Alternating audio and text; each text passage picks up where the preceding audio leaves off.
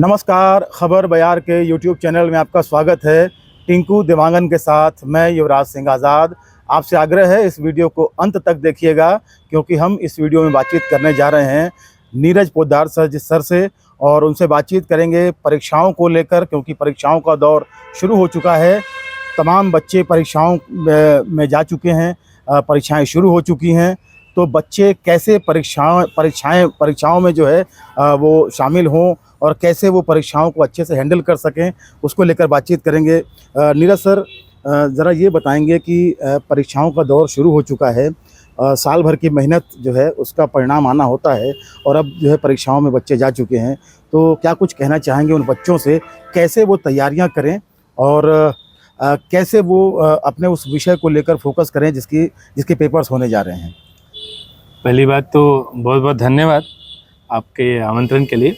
एक छोटी सी बात मैं कहना चाहूँगा कि जो मैंने अपने बतौर शिक्षक के रूप में ये अनुभव किया है, एक उदाहरण से आपको समझाना चाहूँगा कि यदि मैं आपको कहूँ युवराज भाई कि आपको एक बिरयानी बनाने की प्रैक्टिस करनी है, क्योंकि आपको मास्टर शेफ़ में निमंत्रित किया गया है, तो आप कैसे तैयारी करेंगे? जाहिर सी बात है, आप घर में उसको बार बार बनाएंगे और तब जाएंगे। कि ठीक वैसे ही है, जैसे किसी निशानेबाज से कहा जाए कि आपको ओलंपिक्स में जाना है, तो बार बार वो निशाने लगाने की प्रैक्टिस करता है। बच्चों से गड़बड़ी ये होती है कि एग्ज़ाम का जो पैटर्न है वो लिखावट के आधार पर, लिखने की शैली पर है, और बच्चे जो है उसे ओरली ज़्यादा पढ़ते हैं। अगर वाइवा होता है तब समझ में आता है कि आप बार बार रट्टा मार रहे हैं, क्योंकि आपको मौखिक, जैसे आप मेरा साक्षात्कार ले रहे हैं वैसा होगा।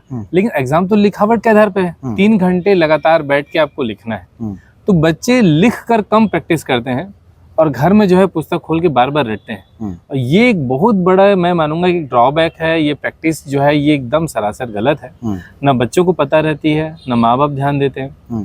तो मेरा एक सुझाव यही है कि अगर आप अभी भी आपके पास वक्त है, आप परीक्षा की जो तैयारी है उसको लिख कर करें। यदि 2-4 क्वेश्चन है, आपने उसको पढ़ लिया है, तुरंत एक रफ कॉपी निकालें, लिखें, जहाँ छूट गया वो जगह को छोड़ें, आगे का बनाएं, और उसके बाद दोबारा उस आंसर शीट को या आपके जो नोटबुक है उसको या गाइड को खोलें और देखें मुझसे क्या छूटा है। छूटने के बाद फिर दोबारा नए पन्ने में दोबारा लिखिए। जब तक आप बार बार नहीं लिखेंगे आपकी ये समस्या नहीं जाएगी। क्योंकि होता क्या है कि हम जितना पढ़ते हैं उसका 90% याद होगा, 80% लेके आप पहुंचेंगे परीक्षा कक्ष में, फिर लिखते लिखते 70% हो जाएगा, लिखते लिखते जो है वो 60% लिखावट में आएगी, 50% सही होगा आपके हिसाब से, टीचर के हिसाब से 40, तो घटता चला जाता है। तो इसका निवारण यही है कि आप बार बार लिखिए, है ना। करत करत अभ्यास जड़मत हो सुजान। तो वही बात, जब तक आप लिखेंगे नहीं, याद करने से ना वो एक बहुत बड़ा एक मार्जिन रह जाएगा। एक हम अक्सर देखते हैं, हम भी उस दौर में थे, तो परीक्षाओं का जो दौर जब शुरू होता है तो एक अलग सा जो है तनाव बच्चों में आ जाता है, एक अलग तरह का प्रेशर आ जाता है कि, और उस प्रेशर की वजह से जो है बच्चा कहीं ना कहीं उसको हेल्थ रिलेटेड प्रॉब्लम शुरू हो जाती हैं, और जो फोकस करना चाहिए परीक्षा हॉल में लिखते वक्त, वो कहीं ना कहीं फोकस उनका जो है डिस्टर्ब होता है। देखिए, ये बात भी आपने बहुत सही कही है। ऐसे उदाहरण हर बार हमको देखने के लिए मिलते हैं। एक मोरल सपोर्ट जिसकी कमी हो जाती है बच्चों में, बहुत ज़्यादा बोर्ड एग्जाम को लेके जो एक उनके पर एक बर्डन भी आता है, ये सब मिल के क्या होता है कि वो फिर उनके हिम्मत में, कॉन्फिडेंस में, सोच में बहुत सारा चीज़ उसमें कमी के रूप में उभरता है। इसका निवारण एक ही चीज़ है कि बच्चों को, आजकल तो वैसे यूट्यूब में काफ़ी वीडियो भी हैं, माँ बाप थोड़ा मोरल सपोर्ट दे बच्चों। एक छोटी सी बात मैं अपने आप, क्योंकि मेरा वीडियो देख रहे हैं तो मैं कहूँगा, मैं फिजिक्स का टीचर हूँ, 10 साल मैंने कार्मेल में पढ़ाया, अभी एक CBSE स्कूल में ओवरऑल इंचार्ज हूँ। फिजिक्स टीचर बनने से पहले मैं 12वीं में फिजिक्स में फेल हो चुका हूँ। तो ऐसे हज़ारों उदाहरण हैं। आप प्रतियोगिता दर्पण खोलेंगे तो कई कलेक्टर, SP के रहते हैं साक्षात्कार, उनके 10th के मार्क्स देखिए। तो ये सब आप जब देखेंगे तो आपको पता चलेगा कि हाँ, ये एक पड़ाव ज़रूर है बोर्ड एग्ज़ाम, बट ये अंतिम मंजिल नहीं है। तो आपका स्टेप जितना अच्छा होगा उतना आप लंबा छलांग मारेंगे, ये बात सही है। लेकिन इसके आगे और पायदान है, 12वीं है, ग्रेजुएशन है, PG है, फिर नौकरियाँ हैं, बहुत सारी चीज़ें हैं। तो आपको ये चीज़ समझने की ज़रूरत है कि ये कोई लास्ट नहीं है, इसके आगे भी बहुत लंबी हमारी ज़िंदगी है, उतार चढ़ाव है। मैंने अपने जीवन में ये तक देखा कि जो बच्चे 10th और 12th में नॉमिनल थे, उन्होंने नीट निकाल लिया, और जो मतलब 90 अबव थे वो अभी भी स्ट्रगल कर रहे हैं। तो दोनों चीज़ों को लेके चलना है, एकदम हल्के में भी नहीं लेना है बोर्ड को, लेकिन ये भी ध्यान रखना है कि यही अंतिम नहीं है, इसके आगे पूरी ज़िंदगी। आप अभी 15-16 साल के हैं, और पूरी रिटायरमेंट की एज जो है 60-65 है, तो आप सोचिए कितना लंबा आपके पास स्पैन है। तो उसको घबराने की जरूरत नहीं है। हाँ, तैयारी करिए, कोशिश करिए, पूरी क्षमता लगाइए। सफल हो गए तो अच्छी बात है, असफल हुए तो आप कुछ ज़रूर सीखेंगे ताकि वो आगे चल के आपको मदद करे। जी। सबसे अहम रोल जो है बच्चों की परीक्षाओं के वक्त पेरेंट्स का होता है। आपने अभी बातचीत दौरान कहा भी, तो पेरेंट्स की कितनी जिम्मेदारी हो जाती है कि बच्चों को जो है परीक्षाओं की तैयारी करते समय, ख़ासतौर पर जो बोर्ड परीक्षा में जो बच्चे जा रहे हैं, उनकी तैयारियों में किस तरीके से मदद करें? पेरेंट्स से बस एक ही रिक्वेस्ट है, सिर्फ मोरल सपोर्ट दें, है ना। तनाव बच्चे ऑलरेडी ले चुके हैं, ले रहे हैं। आप देखिएगा एग्ज़ाम के समय हर बच्चा 12-1 बजे तक पढ़ता है। अब उसको आप अलग से अगर कुछ कहेंगे तो वो एक्स्ट्रा हो गया, ऊपर से क्रीमी टाइप का एक आ जाएगा।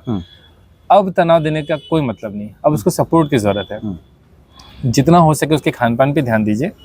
एग्ज़ाम जाते समय ऑल द बेस्ट कहिए, और एक चीज़ को बताइए, जब तक उसका रिजल्ट ना निकले तब तक कहिए कि आप चिंता की कोई बात नहीं है बेटे या बेटी, जैसा भी होगा देखा जाएगा। तो उससे क्या होता है, बच्चा अगर तनाव से, अगर बच्चे को तनाव किस चीज़ से होता है, बच्चे को समाज से तनाव नहीं होता है, बच्चे को परिवार से तनाव होता है। उनको लगता है कि पापा क्या कहेंगे, मम्मी क्या सोचेगी, भैया क्या सोचेगी, ये है। अब यही जब बच्चों के साथ हो जाएंगे तो बच्चे निर्भीक हो जाएंगे। तो आपने देखा होगा कि क्रिकेट में भी क्या होता है, कई बार जब लास्ट बैट्समैन आता है उसको पता होता है अब तो मेरे पास कुछ है नहीं, तो वो जो 6 मारता है वो ओपनर नहीं मार पाते हैं, क्योंकि उनको पता है अब तो इनिंग लास्ट होने वाली है। तो वैसे ही बच्चों को जब ये मालूम चल जाए कि भाई जिस चीज़ का हमको भय था पेरेंट्स का, वही हमारे साथ आ चुके हैं, तो वो उनका तनाव घट जाएगा। तनाव अगर घटेगा तो वो अपना सबसे बेस्ट प्रदर्शन कर पाएंगे। जी। एक बातचीत में एक बात और आई अभी, खान पान को लेकर। एग्ज़ाम के समय बच्चों की डाइट जो है वो किस तरीके से होनी चाहिए? हालांकि ये सवाल किसी डाइटिशियन से पूछना चाहिए, लेकिन एक शिक्षक से अगर पूछा जाए जो कि बहुत अनुभवी शिक्षक है, मुझे लगता है कि एक बेहतर जवाब आ सकता है। देखिए, ये ना आपके खुद के अनुभव की बात बता रहा हूँ। मतलब आप ध्यान देंगे कि किन चीज़ों को खाने के बाद आपको नींद आती है। कोई मीठा चीज़, आलू, चावल, बस आप इसको कम करना स्टार्ट करिए। मैं हमेशा अपने स्कूल में भी हॉस्टलर्स को भी कहता था, इतना चावल दाल खाने की ज़रूरत नहीं है, काफ़ी कार्बोहाइड्रेट है, आपको कौन सा खेत जोतना है। बच्चों को पता ही नहीं, पूरी आधी थाली ले लेके उन लोग खाते हैं। कोई ज़रूरत नहीं उतना चावल खाने की। रोटी अगर हो सके तो खाइए, उसको भी सीमित खाइए। पानी की मात्रा को आप बढ़ाइए, ड्राई फ्रूट्स लीजिए। आपके शरीर को उम्र के हिसाब से जितनी ताकत और विटामिन और प्रोटीन की ज़रूरत है वो भरपूर है उन चीज़ों में। तो ज़्यादा कार्बोहाइड्रेट से बचिए, खास तौर पे एग्जाम के समय में जो हो सके तो चावल, आलू और शक्कर से थोड़ी, वैसे भी स्वास्थ्य के लिए तीनों ठीक नहीं है, तो आगे जाके आपको परहेज करना ही है। तो मेरा सुझाव ये कि अभी थोड़ा उससे दूर रहें, कम खाएं, फ्रीक्वेंसी बढ़ा लें। 2 छुहारे खा लें, काजू खा लें, 2 बिस्किट खा लें, पानी की मात्रा ज़्यादा रखें।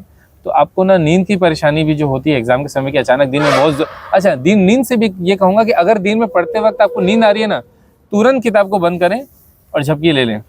मैं लिख के देता हूँ, ये दिन में जो नींद आती है परीक्षा के बीच में, मतलब हम जो तैयारी करते हैं उसमें जो दिन में बार बार आलसपन जो आता है इस मौसम में, आपको दिन में नींद आ रही है, आप तुरंत सोइए। मैं कहता हूँ आधे घंटे ज़्यादा आप सो नहीं पाएंगे, और आधे घंटे बाद जब आप उठेंगे तो इतनी रिफ्रेशमेंट रहेगी। तो नींद को अवॉइड भी नहीं करना है। ऐसा नहीं कि नींद आ रहा है तो हम उसको पानी पी रहे हैं, कई लोग तो बात मतलब नहाने चल जाते हैं कि नींद खुल जाएगी, नहीं, ये गलत है। थकावट अगर शरीर में आ रही है तो शरीर को आराम करने दीजिए, आधे घंटे में कुछ नहीं बिगड़ जाएगा, 23.5 घंटे फिर बचेंगे। बिल्कुल नींद लीजिए, जितनी बार नींद आ रही है उतनी बार, 10 मिनट 15 मिनट का लीजिए और दोबारा पढ़िए, ये आपको स्वस्थ रखेगा। जी, एक आखिरी सवाल, उन बच्चों के लिए क्या कहना चाहेंगे इस सवाल के माध्यम से, कि जो बच्चे परीक्षाओं को लेकर जो है उनमें एक कई बच्चे ऐसे जिनको फियर फैक्टर रहता है, भय का जो उन्हें एक एहसास रहता है, और वो कहीं ना कहीं डावाडोल होते हैं, एक डर रहता है, तैयारी करते हैं लेकिन डर रहता है कि अजीब तरह का डर उनके बच्चों में रहता है। ये अधिकांश बच्चों में देखा है। उन बच्चों के लिए क्या कहना चाहेंगे? देखिए, अगर आपका एक डर सिर्फ एक सब्जेक्ट के लिए है तो ये बात कड़वी है, लेकिन ये आपको शुरुआत से सोचनी थी बच्चों, है ना। लेकिन अब जो परीक्षा है तो उसमें एक मंत्र यही दूंगा कि अगर आपको किसी एक सब्जेक्ट में डर लग रहा है, पास और फेल होने का डर है, तो थोड़ा पिछले 5 साल के क्वेश्चन पेपर को देखिए, पैटर्न को समझिए, क्वेश्चन को मत समझिए। आप देखिए कि शॉर्ट क्वेश्चंस कहाँ से आ रहे हैं। आप ना एक ब्लूप्रिंट भी होता है, अगर आप उसको थोड़ा डिकोड कर लेंगे किसी टीचर की सहायता से, आप समझ जाएंगे कि किस चैप्टर से बड़े क्वेश्चन आते हैं, किन चैप्टर से शॉर्ट क्वेश्चन आते हैं, किन चैप्टर से मैप वाले क्वेश्चन आते हैं। आपको ब्लूप्रिंट पे ज़्यादा ध्यान देना है। बच्चे क्या करते हैं, इनको लगता है ये क्वेश्चन आ रहा है, हम इस चैप्टर से इसी क्वेश्चन को तैयारी करेंगे, नहीं, उसका एक ब्लूप्रिंट है। आप ब्लूप्रिंट को ध्यान से देखिए। पहले तो सिलेबस होगा, सिलेबस के साइड में ब्लूप्रिंट रहता है जिसपे कि क्वेश्चन पेपर बेस्ड होता है, उसको देखिए। दूसरी बात, आप क्वेश्चन पेपर में ये देखिए कि आपकी महारत कहाँ पर है।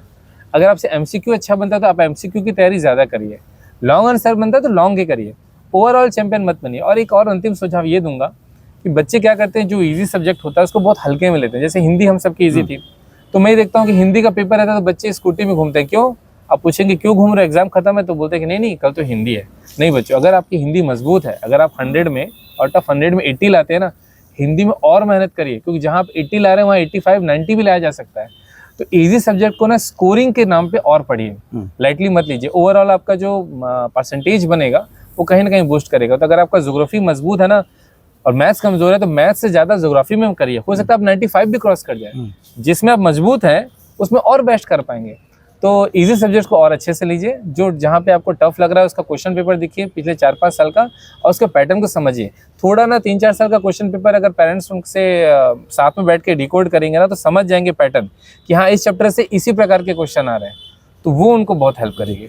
परसेंटेज को लेकर दबाव नहीं बन रहा है बच्चों पे, जैसे 90+, 95+, ये एक दबाव मेंटल जो है मानसिक दबाव उनको रहते हैं बच्चे परीक्षा के समय कि नहीं साहब 95+ लेके आना है।